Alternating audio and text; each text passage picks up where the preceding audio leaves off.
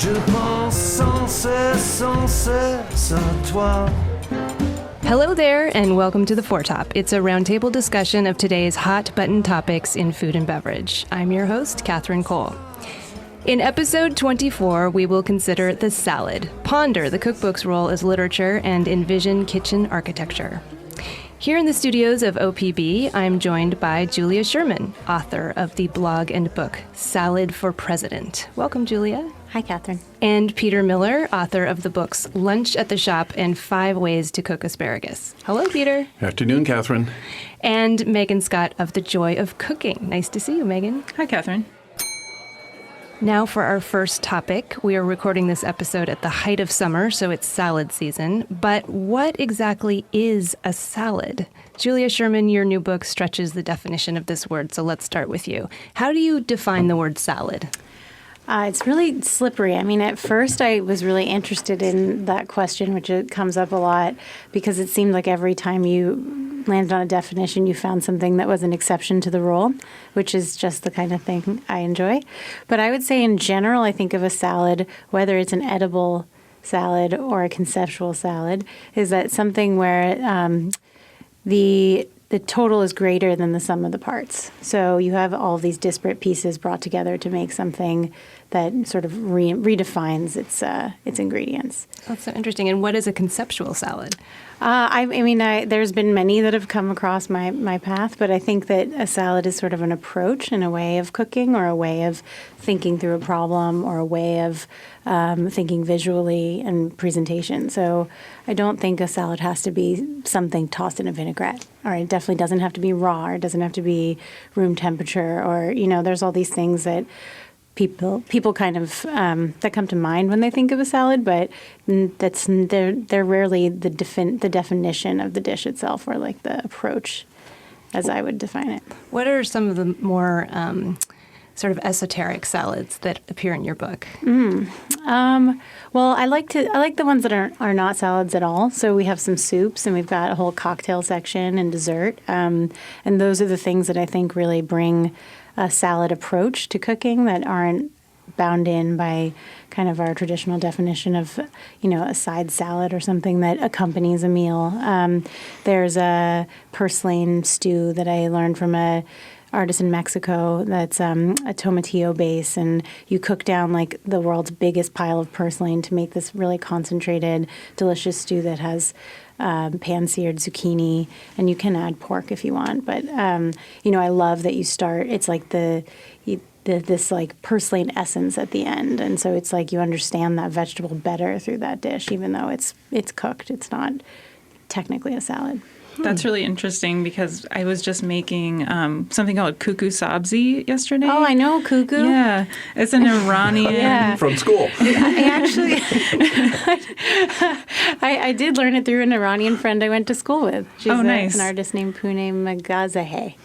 Cool. Yeah, it's really delicious. It's like almost like a frittata. Yeah. But it's mostly herbs that have been chopped up really fine, and then you just mix in enough egg to kind of hold it all together. And it's bright green. It's so beautiful. And it just tastes like dill and cilantro. It's really, really delicious. Yeah. Megan, I think that is a salad. Yes. Right there. Yes. Yeah. You guys are blowing my mind, because I was just in Montana, where everywhere I ate, it was, would you like Thousand Island, ranch, blue cheese, or French dressing with that? Yes. I grew up in North Carolina, so that's familiar. It's odd that salads haven't traveled in sophistication further than a few places, so that you leave, even in Seattle, if you go 2 miles north, the salad goes back to Thousand Islands and ranch. And it's odd that it hasn't – I mean, we had this idea to open restaurants and call them, if they had a good salad, I would stop and put them out on the highway, because you know that any salad you get out on the highway will not be what you want. But it would be such a pleasure to have one, if you knew that they had a good salad, that you could stop. Yeah, the highway sign with like gas, food, lodging, right. Salad. If they had a good If salad. they had a good salad, I would stop. pull my car over. I'd pull over here. Yeah. Love that idea. Yep. Megan, have you come across any really kind of now funny salad recipes from early Joy of Cooking days? Well, the first thing that comes to mind is how gelatin was considered a salad for a very long time. So there used to be probably dozens of gelatin salad recipes in the book, probably around that would be in like the 30s and 40s. And, to some extent on into the 50s, 60s, and 70s. But there was definitely a time when suspending everything in gelatin was what a salad was. But it was still presented in its mold and in its entirety, right? They Yes. didn't chop it up. No, it wasn't chopped up. It was very much a centerpiece. Right. I've seen the illustrations. Yeah. It's an eighth cousin to aspic. Yes. Savory aspic. Somebody did make a delicious savory aspic, like a Jell-O salad on my site. A musician made a salad where she juiced cucumbers and fennel, and then she used that to make the gelatin to then suspend some diced cucumber in it. And then she did a mold of fresh lump crab on top, and so it was like a remake, a redux of the gelatin salad, and it was delicious. That actually sounds really delicious. Yeah. Most things started with a good heart. Aspic is kind of my secret guilty pleasure, I have to admit. Really? Growing up, I loved the tomato aspic with the shrimp and egg in it. I think I need to try making that. That sounds delicious. It's weirdly good. Yeah. Don't tell anyone. Peter, okay, 5 ways to cook asparagus. You must have a lot of salad recipes in your new book. I do have a lot of salad recipes. I love salad. I think it's I loved that Julia did a book in which she started straight out with salad as the main character. But and we had last night. We didn't have the salad because everyone was too full. Even though You're never going to let us live this down. no, We all cooked dinner last night for our listeners who don't know what we're talking about. Right. We all cooked dinner and we forgot to make salad. we forgot we were too full. We were too. But we had a warm salad. Yeah, we did have a warm salad, and there's a French restaurant in Seattle that serves a bigger salad in the summer than in the winter. And I said, Jim, why is that? And he said, in summer I can get all the lettuce I want for practically nothing. And in the winter it's an expensive product. But in the summer I can make a salad twice as big and put it out for Same price. same price. Same price. Very And, it's I remember going shopping 15 years ago at the farmer's market on Sauvie Island, and we got all we wanted. And I said, but do you have any parsley? And it was the end of July, and they sold me for 50 cents parsley that I had to carry like gladiolas under my arm, this giant pile of parsley. And I thought, what a brilliant market that is over there. This is Sauvie Island right outside of Portland. Yeah. Yeah. Yeah. Well, I don't know if you all saw, I sent out a link to an article from The Atlantic by Julie Beck that points out the idiocy of people saying, I'll just have the salad. Oh, I'll just have salad. When really salad could be the main dish, and it sort of denigrates the idea of salad.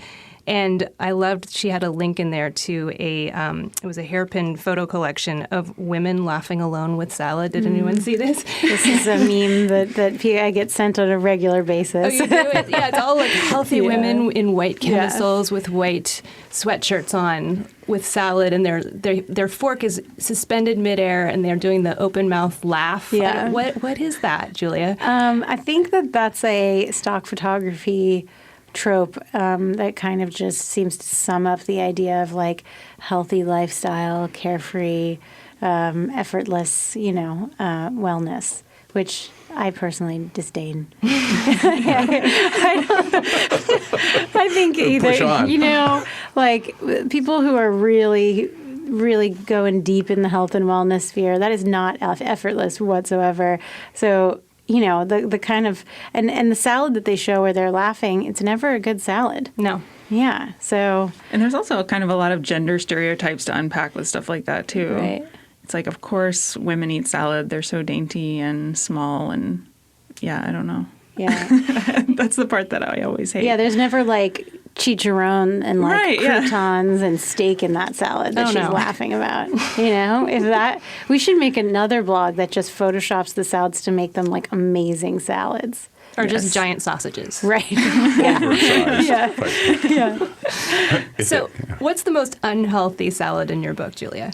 Well, Well, I have a few South American friends from college, one from Colombia, who whenever I would ask her to bring a vegetable for a potluck, she would bring fried yuca, with sometimes wrapped in bacon and sometimes with kind of a mayo dip or whatever. And I didn't love the entire presentation, but I did. That's how I learned about yuca, which I feel like most people pass over because it's always this kind of looks like a big walking stick, and it's shoved under the produce display, and only it's never like actually at eye height. And so I got really into it, and you don't have to fry it. I have a baked yuca dish that the yuca itself, which I later found out has twice as many calories as a potato. It has like 0 nutritional value. And it's really good though. And but then I made a pepita fennel seed kind of pesto dip that you put. That's like really bright and really fresh, and it's kind of just like a salad version of French fries, I would say. And that I cannot say has any health benefits whatsoever, unless you eat like a lot of the salsa verde, the pepita stuff that you're dipping it in. But that would be one of them. Yeah, I think that would have to be the most unhealthy. Oh, no, there's one that's just a scoop of vanilla ice cream with lovage on top, which is a green herb that tastes very similar to celery. It's a really intense, really cool flavor, though. It's a little bit – how would you explain lovage, Peter? Lovage, it's like cilantro times 3. It's just this little side metallic taste that cuts through. Right. But it would cut through vanilla ice cream in a heartbeat. Yeah, yes. And then you put – walnuts on top and green walnut liqueur, nocino, on top of that. So it's like a boozy dessert, quote-unquote, salad. With salad traveling with it. Right, with a, salad is a little bit of an accent there. So I'd say that, too, is pretty unhealthy. Yeah. And I laugh while eating it. Well, let's move on to our second topic, the cookbook as literature. Is a cookbook a work of literature or an instruction manual or both? Peter Miller, you write your cookbooks in a really engaging narrative style, so I'm going to turn to you first. Do you read cookbooks for pleasure? Sure, and probably the only ones I keep, because I have this notion that you have to weed and garden your cookbooks, because some cookbooks leave you, and some cookbooks stop being of use to you, and some cookbooks even fall apart on you as you become a better cook or as you take a different relationship to it. So that you should always do that so that your set of cookbooks is fresher than not. But and I think the only ones I keep are the ones that you can read, that you can. I mean, the really good ones you can turn to in moments of loneliness and despair in regard to your cooking and come back. I mean, that's how good they are. I mean, you can sit with them and they'll have a really good cookbook. Will have moments in it that are so specific and so human that you are revived. I mean, sometimes Marcella Hazen will have something where she'll designate the exact moment that the salt should go into the dish, and she's very specific, even if she does it in a way that you can quickly not notice where she located it, but it's always right there. Or, for example, never salt cauliflower water. Always do that after. But then when you do cook the cauliflower, salt it immediately because its pores are open, and that's when you want to do it anyway. All those things. And so, to my mind, a good cookbook will always be able to hold you in terms of the writing of it. Now, there are important, expensive, popular cookbooks that will begin 12 paragraphs with the first 3 sentences all the same, and, which means that they obviously saved money on the editor, but it also means that they didn't feel that you were going to be there personally. You were just going to cut to the chase of what it was to make the recipe. And I think that's probably just fine. I just think it makes a book much more mortal and much less I mean, I don't ask for a cookbook to be enormously timely. I just ask for it to be honest. Mm-hmm. And as Megan knows, as Julia knows, it's very difficult to write a recipe. And when I write a recipe, I always have to take a break afterwards because I'm exhausted. Because if you start from the beginning of a recipe and you take it to the finish and you have been honest and fair and kind and intuitive and accurate, by the end of it, you are pooped. Well, but you're talking about the instructional recipe itself. I mean, what I love about your writing is telling the story that kind of leads up to it. You know, I go to the market every day, and this is the vendor I see, and that kind of thing. That kind of gets the reader sort of warmed up and in the milieu of the recipe. I don't know any other way to be able to move and cook except that you think and learn about feta, or that you think and learn, that you take it on and you have some sense of that it likes mint, or that it can go with olive oil, or that it doesn't like going in this direction. And so when I'm writing, that's what I'm thinking. I'm thinking, we'll take a minute. It may not get us to a recipe, but it gets you to equipment, the equipment of things that you can use. And then the recipe itself, I mean, to write a recipe really is like writing this sort of very obvious manual of how to kiss. I mean, it has so many factors and so many things that are not quite always the same for everyone, and it has such an open end. The food doesn't lie flat; it just has this life to it. The written instructions really aren't enough, are they? No. Yeah. No. So you somehow have to come around to it. So, Julia, your book, basically the premise of your book is you spend time with all these very interesting artists, and they share their recipes. And I love how the whole setup is that there is a story to each recipe.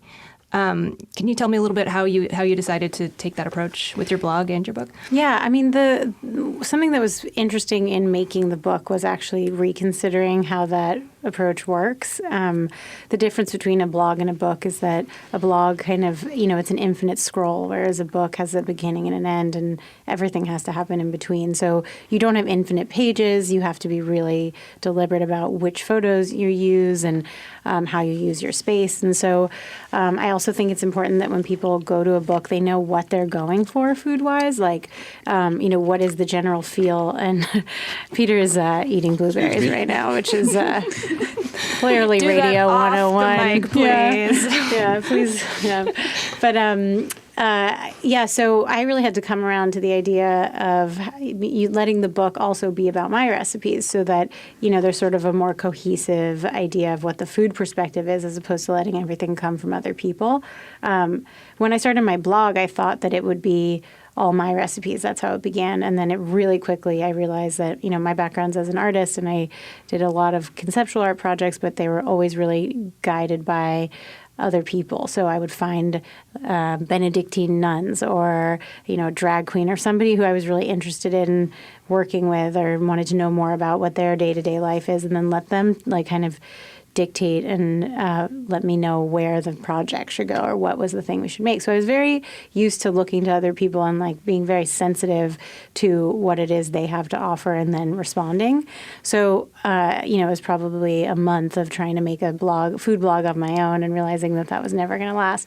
And then doing what I do is walk around blabbing about everything. And I talked to all my friends about how, I'm not making art anymore. I'm making a salad blog. And this was very shocking to all of us who had advanced degrees in art and whatever. And I just overnight was like, I think my thing is salad.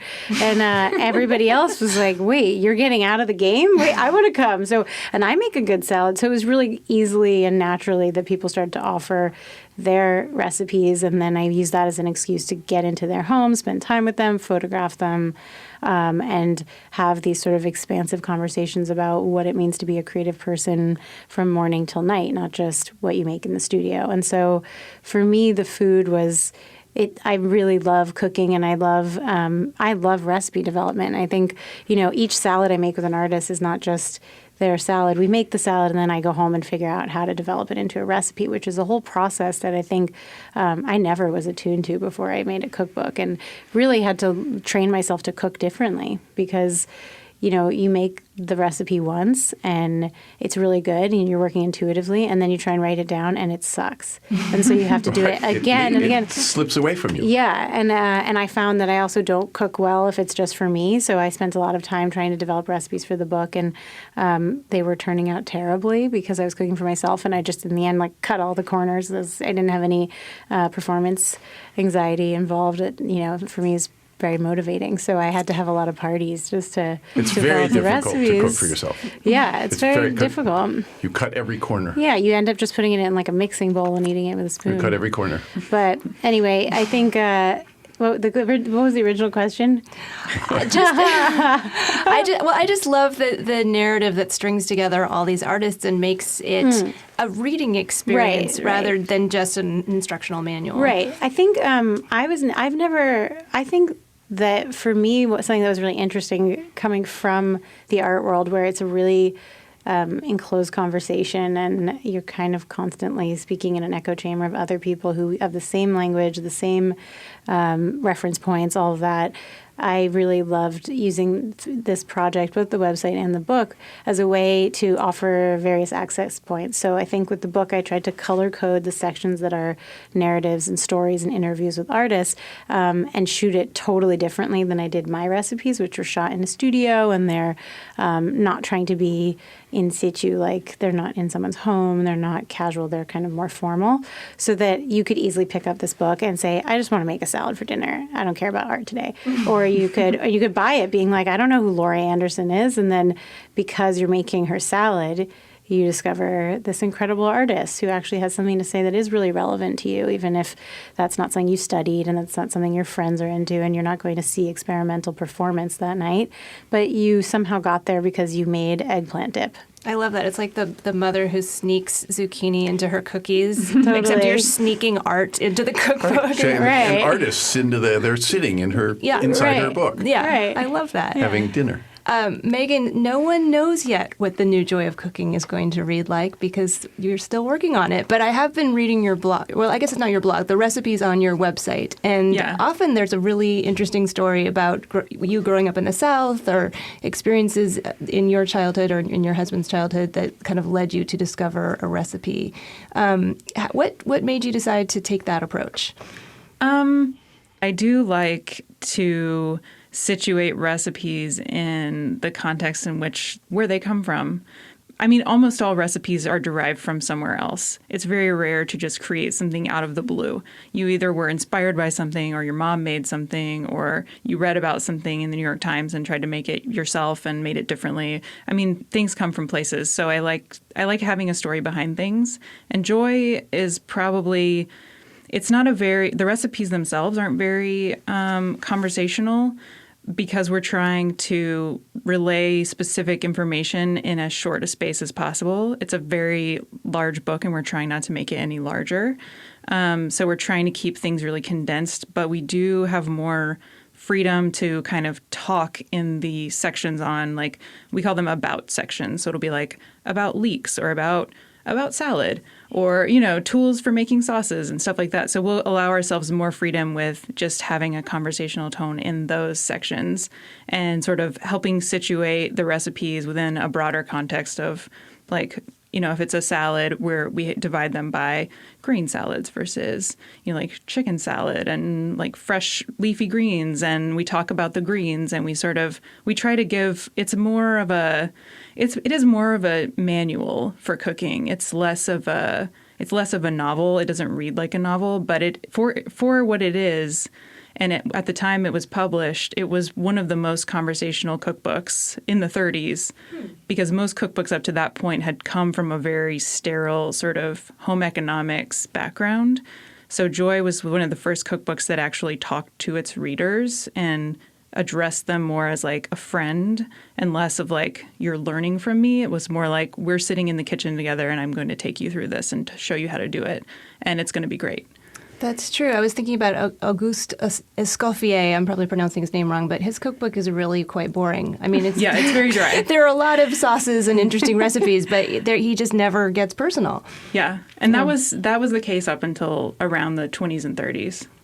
I mean, every major food culture has a joy of cooking, so it's a great responsibility on you. It is. It's a lot of pressure. Somehow and to somehow make it that in 2018, this volume that is supposed to hold up the columns of and revive the columns, really, because when they went backwards with it, that was no help. Right. Well, it's interesting also because it's kind of an opportunity to predict what do you think is happening now that actually has staying power. So will people be eating chia pudding in 20 years? I don't think so. Probably not. Yeah.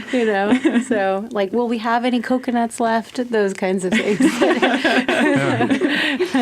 Well, before we move on, I'd love to go around and hear some favorite cookbooks of yours that you read for pleasure, because I read wine books for pleasure.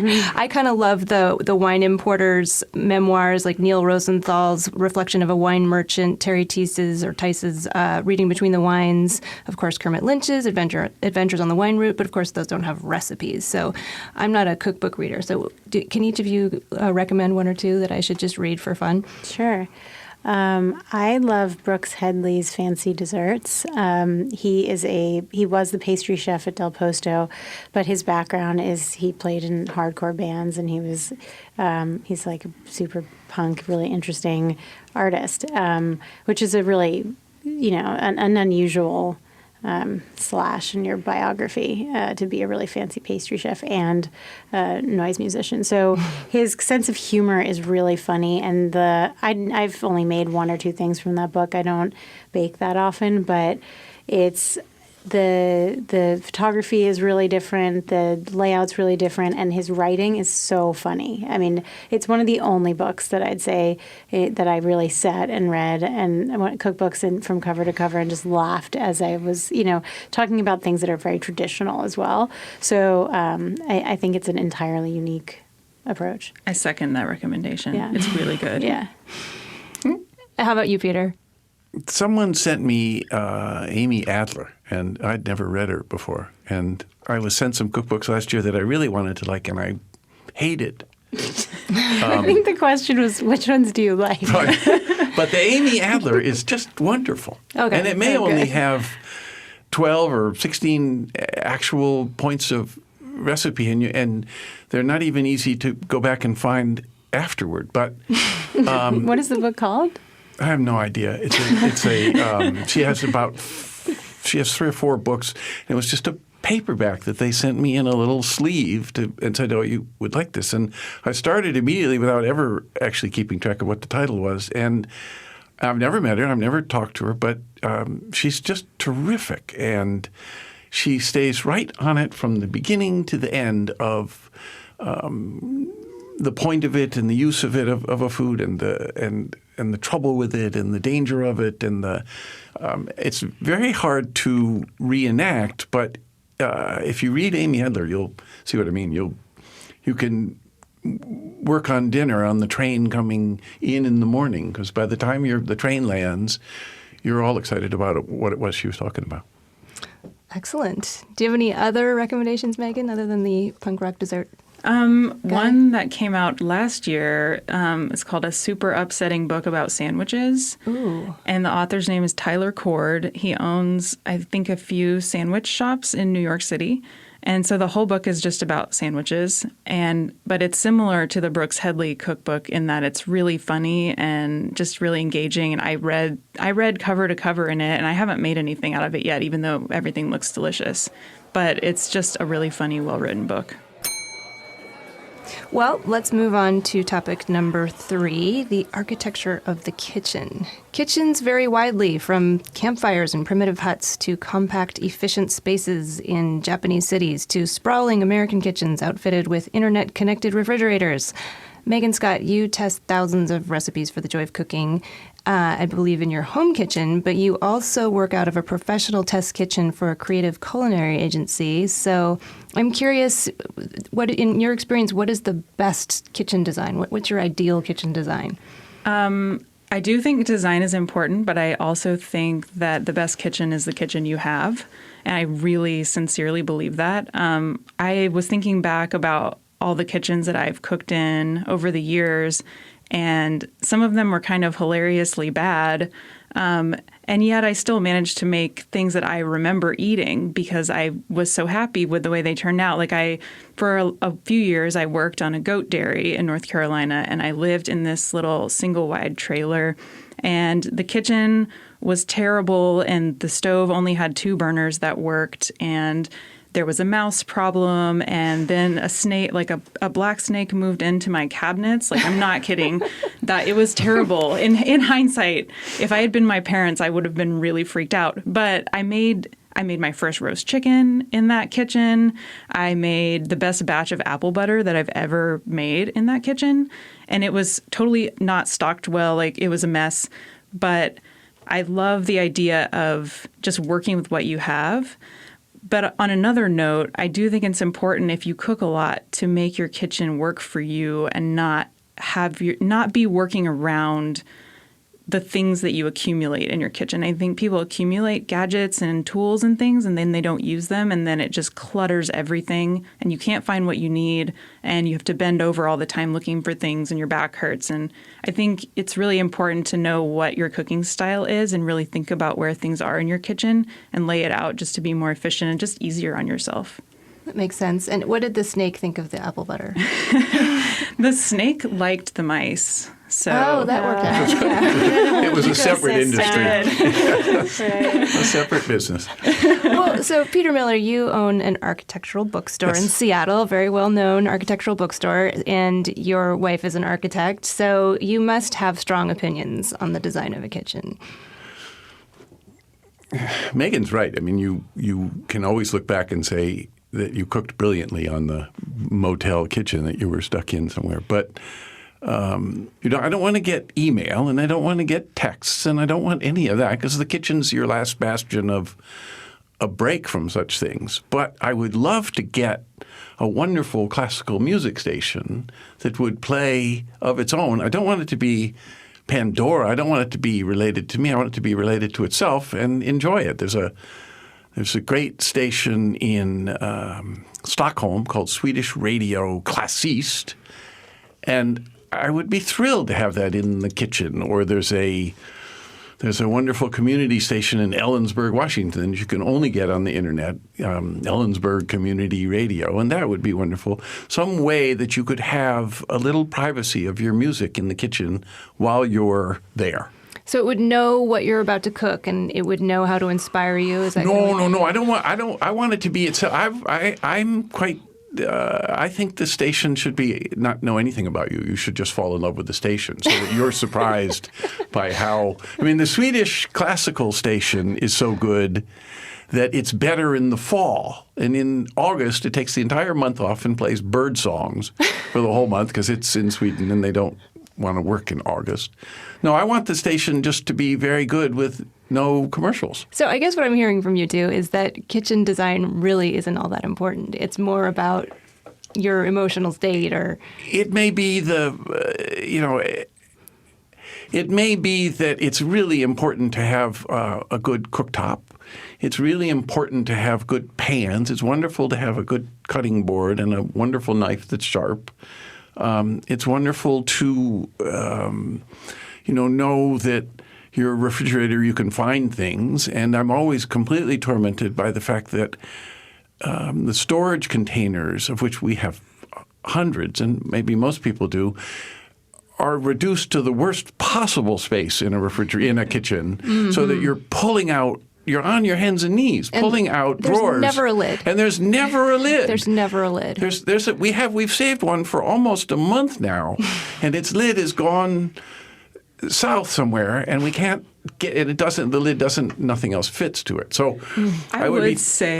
one thing I would say about kitchen design is I think, and maybe it's not so much design as just making the space nice, but I think kitchen should be a place you like to be.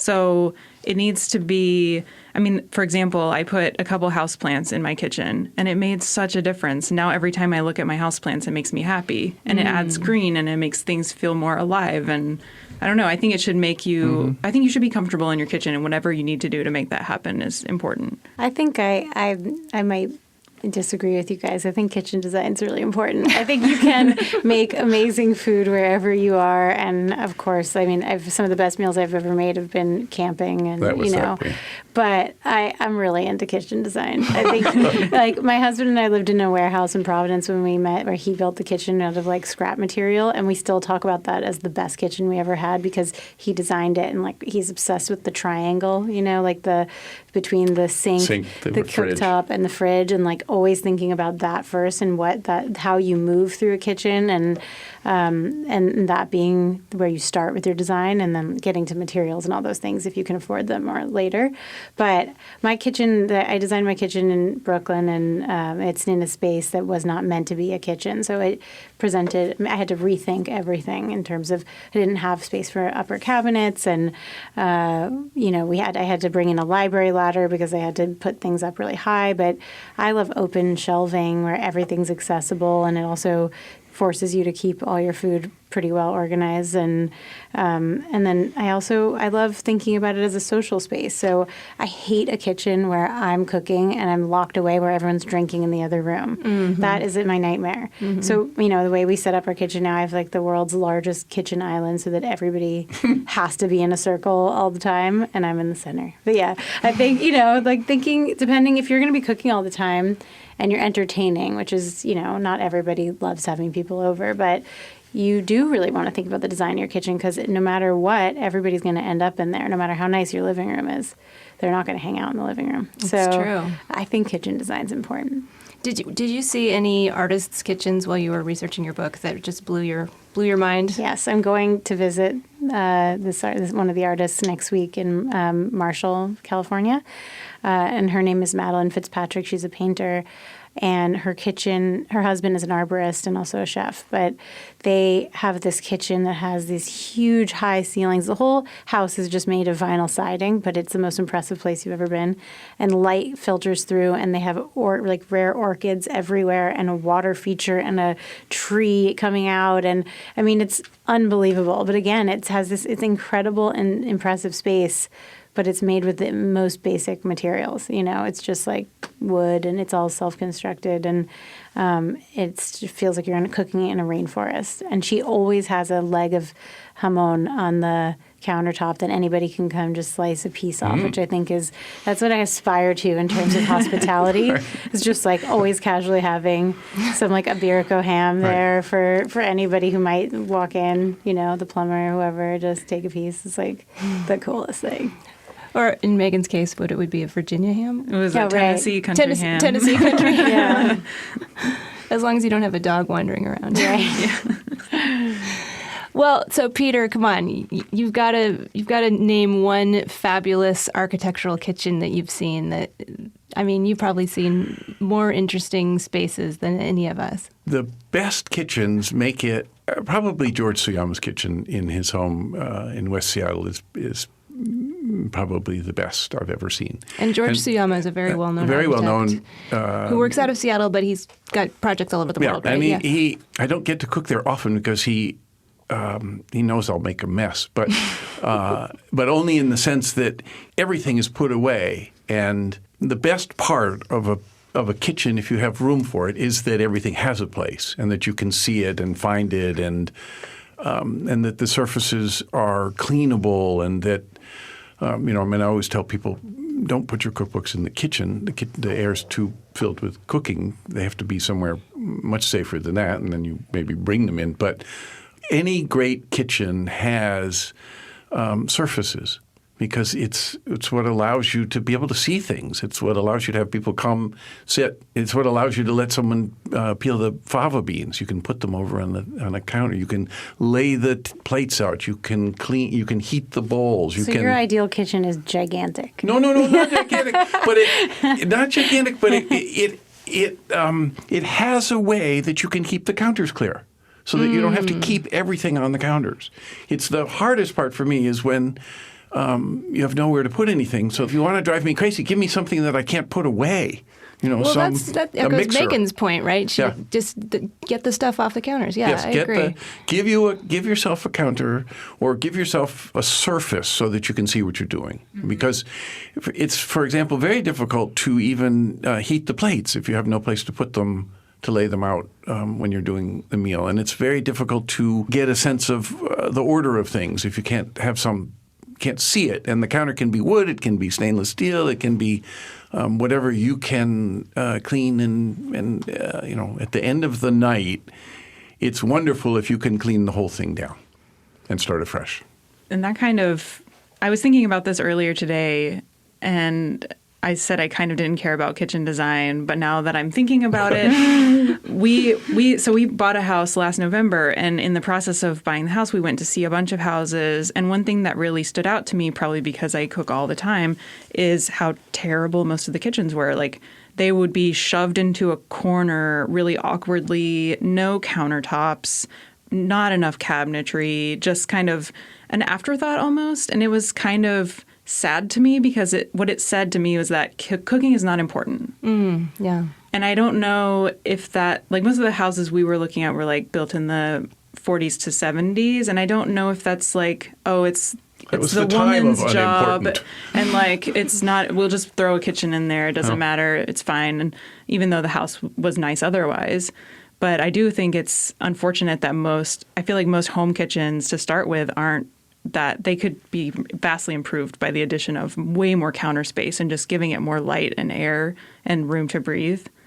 Can I say a pitch for the home cook or for the person that cooks, which is it really is a quite remarkable task. You're in charge of the inventory of the refrigerator. You're in charge of the health, the humor, the general behavior of the people you're cooking. You hold this interesting task, and you need things for that, and you need some way to keep order and to do that job of being the home cook, which went powerfully out of favor in the 70s and 80s and even 90s, and now clearly is linked directly to the sustainability of how they're going to figure this out, because they have to figure out how to be able to cook at home, to like it. And, the hardest part about cooking at home is you have the same customer every day. You have to please them.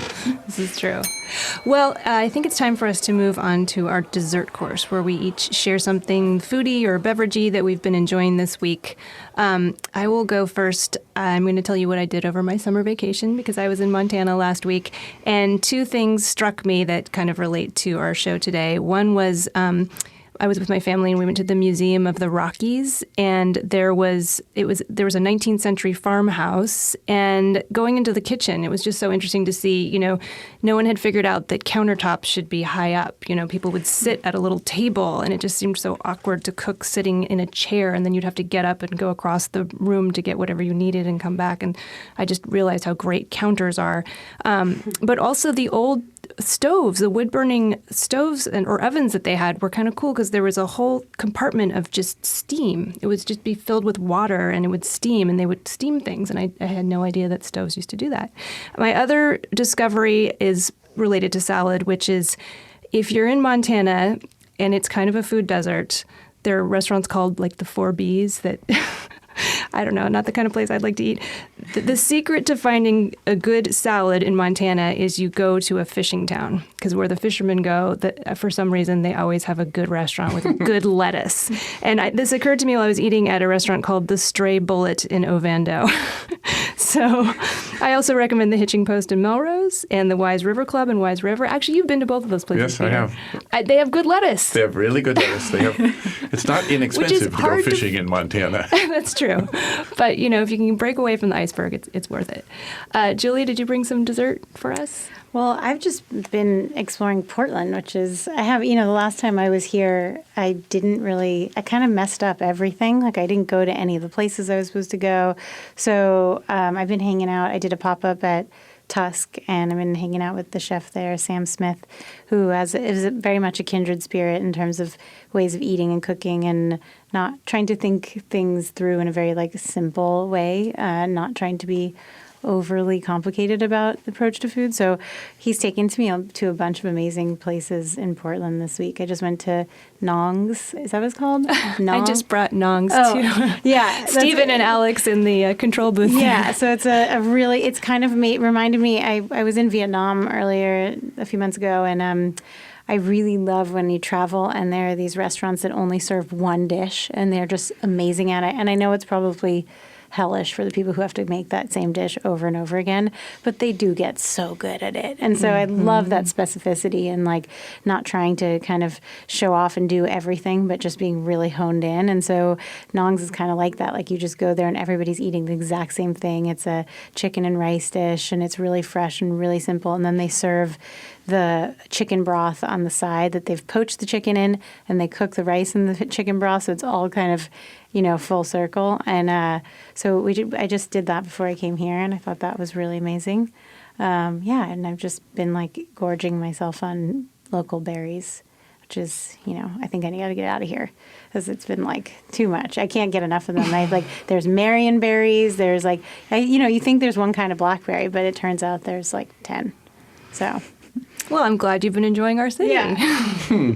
And Peter, who brought blueberries. Bring blueberries. Is that what you brought for dessert? Well, the blueberry looks so sturdy, but in fact, it's only here for a month. Mm-hmm. I mean, it's like the asparagus looks like it's everywhere, and it's here for no more than 2 months. And now, if you buy asparagus, it's old. It's not fresh asparagus. It's been maybe well kept, but it's not fresh anymore. It's done in the gardens. It's not. No one has it in their gardens, no matter what cycle they put it in. So, and the blueberries or the strawberries, for example, we had strawberries last night, but that's the end of strawberries. There are no more strawberries in the fields except the ever-bearing ones, which are pretty good, but they're not as good as the actual strawberry. So I think what I do is I'm always keeping myself propped up by, which is part of cooking, keeping yourself propped up by what's coming, and what's coming soon in probably 2 weeks, and maybe soonest here in Portland are the chanterelles. And they'll come. They'll come the end of July. They'll start to be in the woods. And if there's that's about when this episode will air, so that's perfect timing. Oh, good. And when the chanterelles come, I mean, then you should be on them immediately, because they're all the difference in the world, and there's nothing you can't put them on just before you serve it that wouldn't be completely enhanced, because that's what's new. So yeah, I approve. But I think of chanterelles as like October, so this is I'm going to start looking for them in. But in the East Coast, they really are a July product. From Nova Scotia to Maine, that's when they come. Out here, they'll come on the coast. In fact, when we drove down to Gearhart years ago, and I said, "Stop the car," and we were coming down through the woods, and I said, "I know they're up there." And I went up, and they're in the Coast Range, and they were because of the fog and the heavier moisture. So they'll come, and they'll be expensive, but they'll also be those beautiful little, what my friend Kirk used to call the queen's mushrooms, the tight little young chanterelles. The little buds. Yeah. Chanterelles for dessert. That sounds good. Megan, what do you have for us? So I just brought an article that I read this week that I was really interested in and that I found to be well written. It's called "Instagram Food is a Sad, Sparkly Lie," which is a little bit of a clickbaity title, but yes. But it's an interesting article because it's not just about influencers, like people who are paid to say nice things about a product and then make a recipe and post it. I feel like that's not what this article is about. It's more about the kind of trend of food that looks really crazy, but it's not something you'd probably want to eat, like rainbow bagels with cake batter icing and sprinkles, and like milkshakes with a donut on top and a slice of cake or something. It's food that's made to be photographed, and people who are paid to go and take pictures of this food and show it off on their Instagram account. But the article touches on gender, body image, conventional standards of beauty, affluence, and eating disordered thinking. And I felt like there was just a lot of really interesting approaches to the topic in that article. So Where I highly was the recommend. article? It's on Eater. The author's name is, Amanda Mull. Oh, we will definitely post that on our social media feed. That sounds super interesting. Thank you.